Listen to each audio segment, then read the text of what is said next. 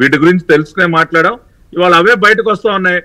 ఇవాళ అవినాష్ రెడ్డి, భాస్కర్ రెడ్డి ఇద్దరు అతి కిరాతకంగా వివేకానంద రెడ్డి హత్య వెనక వీళ్ళ హస్తం ఏ విధంగా అవుతుందో, వీళ్ళ అరాచకాలు కేవలం అక్కడితో ఆగలా.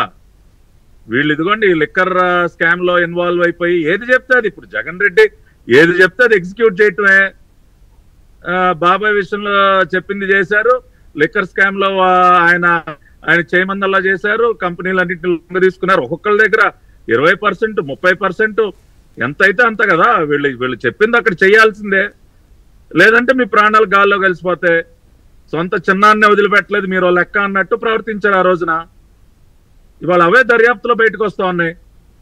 అది ఒక లిక్కర్ స్కామ్కే పరిమితం అవ్వలేదు కదా ఈ బెదిరింపులు. మనకి ఇప్పుడు భూములకు సంబంధించి చూసినా భూములు కబ్జాలు చేసుకుని వాళ్ళ చిన్న చిన్న ఇళ్ళండి. ఇప్పుడు మీరు అన్నట్టు విశాఖలో 1000 గజాలు 500 గజాలు ఉన్న వాళ్ళను కూడా గన్ పాయింట్లో బెదిరించి కొద్దిగా ఎదురు తిరిగిన వాళ్ళు ఎవరినైనా బెదిరించి రాయించుకున్నారు, లాక్కున్నారు. భూములకు సంబంధించి ఎకరాలు చుక్కల భూముల పేరుతో వాళ్ళని బెదిరించి రాయించుకున్నారు, రికార్డులు తారుమారు చేసి. మదనపల్లి ఫైల్స్ అదే కదా అసలు. ఏదో కాశ్మీర్ ఫైల్స్, కేరళ ఫైల్స్ లాగా మదనపల్లి ఫైల్స్ సినిమా తీయవచ్చేమో. ఇప్పుడు భూములు గుంజుకోవటం, కబ్జాలు చేయటం, కాంట్రాక్టర్ని బెదిరించడం. ఏ కాంట్రాక్టర్ ఎవరు ఇప్పుడు ఇప్పుడు కొన్ని వేల కోట్ల రూపాయల వర్క్స్ ఇరిగేషన్ లో కానివ్వండి, R&Bలో కానివ్వండి రకరకాలుగా జరుగుతుంటాయి.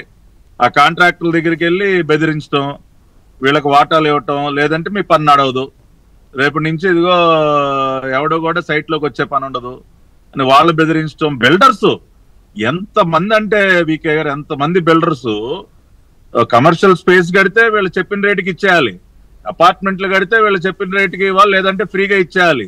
ఎంతో కొంత రాయించుకోవటమే పని కదా. అవును, ఇవాళ బెంగళూరులో ఆ మంత్రి మాల్ గాని ఇటువంటివన్నీ వీళ్ళు గతంలో చేసినటువంటి వ్యవహారాలన్నీ ఇయే కదండి. రియల్ ఎస్టేట్ వ్యాపారుల మీద, బిల్డర్స్ మీద పడి వీళ్ళు దోచుకున్న దానికి అసలు లెక్కే లేదు. వాళ్ళు చాలా మంది ఆ రోజున భయపడి నోరు తెరవలా. ఈ రోజుకి కూడా కొంత ఆ భయం వాళ్ళు ఉండుంటుంది. ఎందుకంటే ఇంత కిరాతకులు వాళ్ళు చెప్పింది అయిపోతే వాళ్ళ ప్రాణాలతో ప్రమాదం కదండి, ప్రాణాలకే ముప్పు కదా. ఎంతమందిని అడ్రస్ లేకుండా చేస్తుంటారు. ఇవాళ ఒక్క లిక్కర్ స్కామ్ అనే కాకుండా ప్రతి ఒక్క సెక్టర్ వీళ్ళ బారిన పడనటువంటి వర్గం అనేది లేదు వీకే గారు. సామాన్య ప్రజల దగ్గర నుంచి రియల్ ఎస్టేట్ సెక్టర్ కానీ, కన్స్ట్రక్షన్ సెక్టర్, కాంట్రాక్టర్స్, పారిశ్రామిక వ్యక్తులు. కియా మోటార్స్ లో ఆ రోజున గోరంట్ల మాధవ్ వాడు అంత బరి తెగించాడంటే ఇదిగో దీనివల్లే మనం చూసాం కదా లైవ్ లో. కియా మోటార్స్ వాళ్ళు మీదకెళ్ళిపోయారు ఆ రోజున. మీదకేంటి ఇక్కడ పెట్టాడు కదా, ఇలా పెట్టాడు వాళ్ళ సిఇఓకి కణత మీద చెయ్యి గన్ లాగా చెయ్యి 2 ఏళ్ళు పెట్టి బెదిరించాడు. మరి అంటే ఎంత బరి తెగింపండి, ఎంత కష్టపడి చంద్రబాబు నాయుడు గారు ఆ రోజున సౌత్ కొరియాలో వాళ్ళ చుట్టూ కాళ్ళెరగేలా తిరిగి వాళ్ళని అనంతపురం వెనకబడినటువంటి జిల్లాకి తీసుకొస్తే వాళ్ళ మీదకి వెళ్ళిపోయి వాళ్ళని బెదిరించడం. బరి తెగింపు. ఎంతమంది ఎన్ని పెట్టుబడులు వెనక్కి వెళ్ళిపోయండి వాళ్ళ. అవన్నీ ఇప్పుడు వాళ్ళని మళ్ళీ కన్విన్స్ చేసి మళ్ళీ ఎంతో ప్రయాసపడి మళ్ళీ వెనక్కి తీసుకొస్తా ఉన్నాం. వీళ్ళకి ఆ రోజున రాష్ట్ర ప్రజలు ఏదో 4 ఉద్యోగాలు వస్తే ఒక పరిశ్రమకు మనం సహకరిద్దాం. ఇవాళ ఆ రోజున రాష్ట్రంలో, దేశంలో అనేక రాష్ట్రాలు పోటీలు పడి రెడ్ కార్పెట్లు వేసి మీకు అది చేస్తాం ఇది చేస్తాం అంటే అని ఆ గతంలో పరిపాలకులు ఉండి మిగతా రాష్ట్రాల్లో ఆ రోజున పరిస్థితులు ఉండి వీళ్ళు మొత్తం రివర్స్ గేర్ పరిపాలనే కదా. ఎదురు వాళ్ళకి ఏమి చేయకపోగా ఉన్నది వాళ్ళ దగ్గర ఉన్నది దోచుకోవడానికి. ఎంత ఇస్తావు? జే ట్యాక్స్, మనం జిఎస్టీ గురించి చూసాం. ఆ రోజున జే ట్యాక్స్ వసూలు మీద వీళ్ళ దృష్టి గాని, ఇవాళ పెట్టుబడులు వస్తే రాష్ట్ర ఆదాయం పెరుగుతుంది, మనకి పన్నుల రాబడి పెరుగుతుంది, దాని ద్వారా మనం అభివృద్ధి చేసుకోవచ్చు. ఆ లెక్కలు లేవు.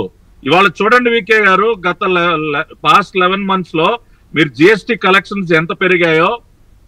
మొన్న మధ్య పెద్ద ఆర్టికల్ వచ్చింది. ఇవాళ ఎందుకు మళ్ళీ అన్ని కూడా ఈ రకంగా గ్రోత్ రేట్ పెరుగుతుంది, ట్యాక్స్ కలెక్షన్ పెరుగుతుంది అంటే జే ట్యాక్స్ లేదు ఇవాళ. ఎక్కడ కూడా గతంలో లాగా దందాలు లేవు, కమిషన్ లేవు, మామూలు లేవు. అందరూ కూడా ప్రశాంతమైన వాతావరణంలో ఎవరికి వారు వ్యాపారాలు చేసుకుంటూ ఉన్నారు, సంతోషంగా ఉన్నారు. కానీ గతంలో ఆ పరిస్థితి లేదు కాబట్టే రాజారెడ్డి రాజ్యాంగం అమలవుతోంది, అంబేద్కర్ రాజ్యాంగం లేదు ఈ రాష్ట్రంలో అని మేము ఆ రోజున అంత గోల్ చేయాల్సిన పరిస్థితి ఏర్పడింది. రైట్, ఒక్క నిమిషం పట్టాభి గారు, శ్రీనివాస్ గారు, ఆ రోజున మనం